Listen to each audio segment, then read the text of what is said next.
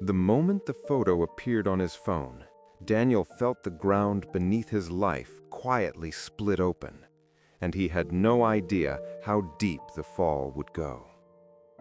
Helped by soft streetlights flickering across his windshield, Daniel sat in the quiet of his parked car, taking a slow breath he didn't realize he'd been holding. The evening had been unremarkable until that single notification lit up his phone, bright and sharp against the dim interior. It wasn't from work. It wasn't from family. It wasn't even a random spam message. It was a picture he had never taken. And somehow, it was about to destroy everything he believed he understood about his marriage. The image was grainy at first, like it had been taken from outside a window, but the shapes were unmistakable. His wife, Marina, leaning just a little too close to a man he didn't recognize. Her hand brushed his chest in a way Daniel had longed for but hadn't felt in months. At first, he blinked, assuming he saw it wrong. Maybe it was old. Maybe it was someone who resembled her. Maybe it was some strange prank. But before denial could settle in, another photo replaced it. This one was painfully clear. Her lips touching his, their bodies aligned with a familiarity that felt rehearsed. A slow, metallic taste filled Daniel's mouth. He wasn't sure if it came from fear, heartbreak, or rage, but something ancient and instinctive twisted inside his chest. 2 hours earlier, Marina had stood in their doorway saying, "It's nothing, Daniel, just dinner with a friend." A friend. A harmless dinner. A smile she used whenever she wanted him to stop asking questions. He remembered the slight hesitation when he'd kissed her cheek, a hesitation he'd felt but ignored. Maybe he ignored it because he trusted her too much. Maybe because he trusted himself too little. Now more pictures pinged his phone. A sequence, a story, a betrayal unfolding frame by frame. Marina laughing, her eyes bright. Her hand sliding down the man's arm, his lips near her neck. Another kiss, deeper, more certain. He didn't reply to the unknown number. He didn't block it.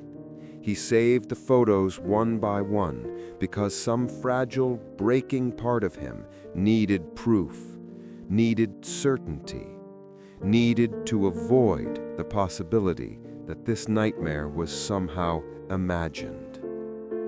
His fingers, shaking but determined, turned the key. The car hummed to life, but he felt nothing.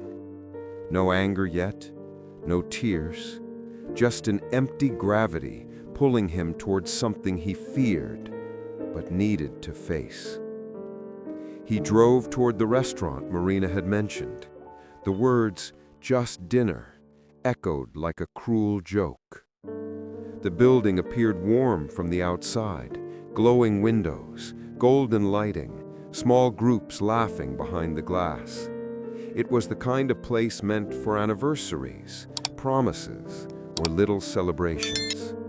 Not lies, not infidelity, not the betrayal of a marriage built on years of shared hopes and quiet sacrifices.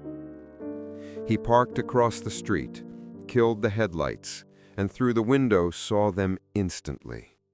Marina, the man, together. They weren't kissing now. They weren't touching. They were just talking, comfortably, familiarly, and somehow that hurt more than the kiss. Because this wasn't new. This wasn't impulsive.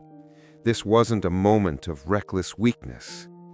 This was routine, practiced, lived. A small part of Daniel died in that moment. A part that once believed he'd always know if Marina's love was slipping away. He lifted his phone and snapped his own photo, his proof, his truth, and attached the clearest picture sent by the unknown number. He then sent it to Marina. No words, no accusations, just reality, delivered back to the person who had created it.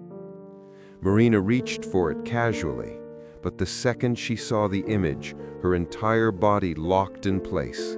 The color drained from her face. Her shoulders tensed like someone had punched the breath out of her. The man leaned closer, confused. She didn't speak, didn't smile, didn't pretend. She grabbed her purse like she needed to flee. Daniel stepped out of the car, the cold night biting into his skin as he walked slowly toward the restaurant. He expected anger. He expected tears. But when she burst out the door, he saw only fear. Raw, undeniable fear. "Daniel," she whispered, her voice shaking.